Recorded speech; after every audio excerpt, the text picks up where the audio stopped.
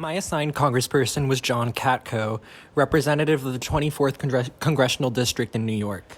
First, to start with his background, Katko was born in Syracuse, New York in 1962, and he grew up in the nearby town of Camillus, New York.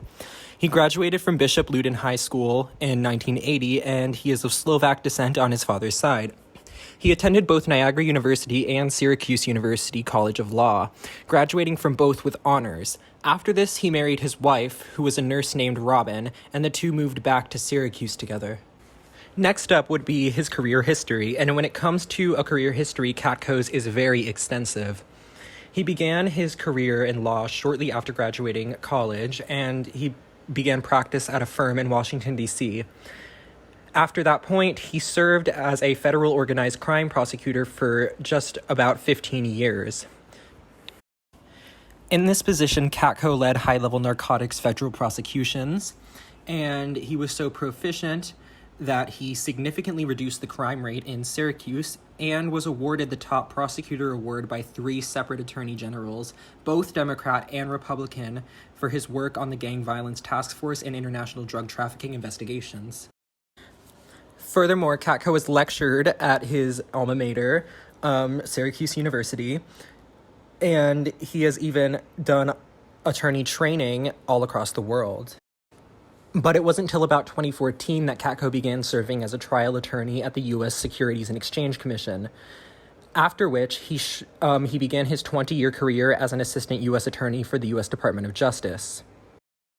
So that being said, it's easy to see that most of Katko's experience with law comes from tackling drug crimes, but he has received many awards for his proficiency in that field. Now it's time to get more into Katko's ideologies and positions on things concerning politics. So off the bat, Katko is a conservative, he's a Republican, so it is pretty surprising that he represents a mainly Democratic district, which will be discussed later. But despite that, he really does hold firm on his beliefs, which might come into conflict with his possibilities for re-election.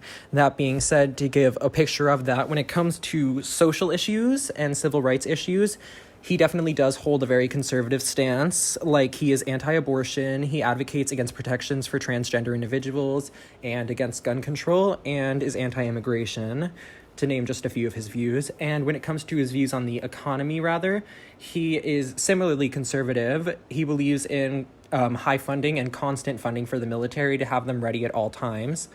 He wants to abolish Obamacare and does not believe in free healthcare, obviously. And he believes that the Washington Big Spenders Plan isn't working and supports stimulus to promote business growth, so a lot of trust in big businesses. Now getting more into his actual roles and duties, as I said, Katko represents New York's 24th Congressional District in the House of Representatives since 2015, and he is also, in terms of leadership, a co-chair of the House moderate Republican faction. So now that I've given a sufficient amount of background and exposition on Katko, it's time to get into the analysis of the district that he represents.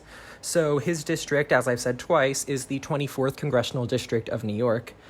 And to specify what that actually constitutes, it includes the counties of Cayuga, Onondaga, and Wayne, and the western part of Oswego County. And its largest city is Syracuse, where Katko is from. As I alluded to earlier, and as is the very interesting thing about Katko's case, is that his district is actually the only Democratic-leaning district in the country to be represented by a Republican, which makes predicting all the harder.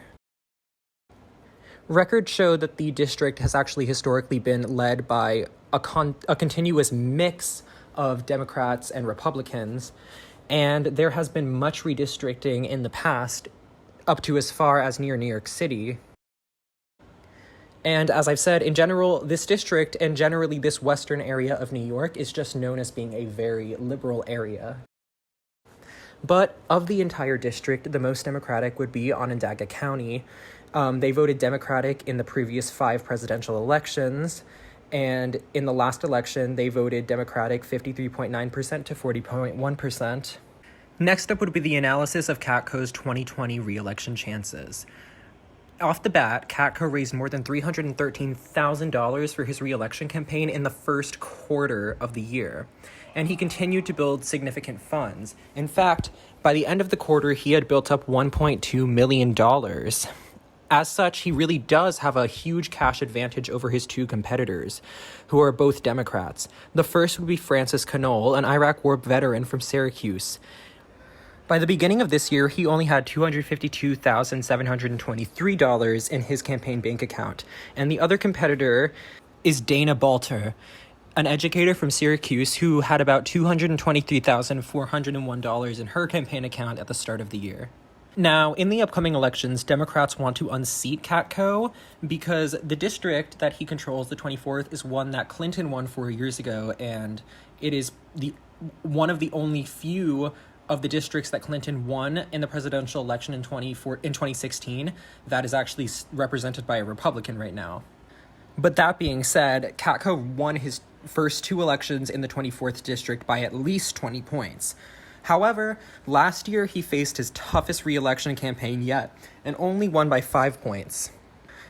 And though it is hard to say exactly what Katko's chances of winning are, unfortunately for him, the amount of Democratic voters in his district have been steadily on the rise for the past couple of years. However, some of the most Democratic voters in the district, the biggest concentrations, happen to be in Onondaga County, a county which has actually since been lost for the first time ever from the district in 2018.